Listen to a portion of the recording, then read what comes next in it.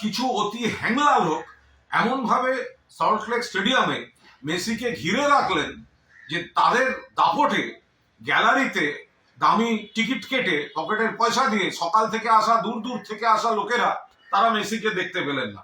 তারপরে জলের বোতল ইত্যাদি ইত্যাদি হলো, মেসিকে চলে যেতে হলো। আমরা এক বাক্যে নিন্দা করছি, এটা লজ্জাজনক ঘটনা। এবং এই হ্যাংলাগুলো যা করলো, এটাকে কলকাতাকে একটা বদনাম করে ছাড়লো, যেখানে মেসি একটা খেলা বসে দেখবেন বা পায়ে হয়তো একটু ফুটবল দিয়ে তাকে স্কিল দেখাতে বলা হতো, পায়ে ফুটবল ছোঁয়াতে পারলেন না। আপনাদের খুব ন্যায্য, 100% ন্যায্য, আপনাদের ফুটবল প্রেমীদের আবেগকে সমর্থন করি, কিন্তু এই ভাঙচুর এবং তারপরে এতে অন্য লোক সুযোগ নিয়ে নিচ্ছে। বিষয়টা আপনাদের ক্রীড়া প্রেমটাকে ছোট হয়ে গিয়ে লঘু হয়ে গিয়ে তখন কিন্তু বিষয়টা আইন শৃঙ্খলায় চলে যাচ্ছে। একাধিক সর্বভারতীয় টিভি চ্যানেল থেকে প্রশ্ন পাচ্ছি, এক্ষুনি তারা ফোন ইন নিচ্ছিলেন যে পশ্চিম ল অ্যান্ড অর্ডার, এটা কেন পুলিশ এখনো করছে না।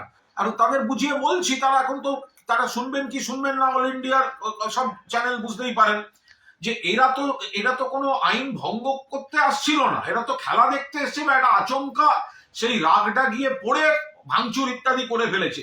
মমতা বন্দ্যোপাধ্যায়ের পুলিশ তো ক্রীড়াপ্রেমীদের উপর প্রথমেই লাঠিটা চার্জ করতে পারেন না,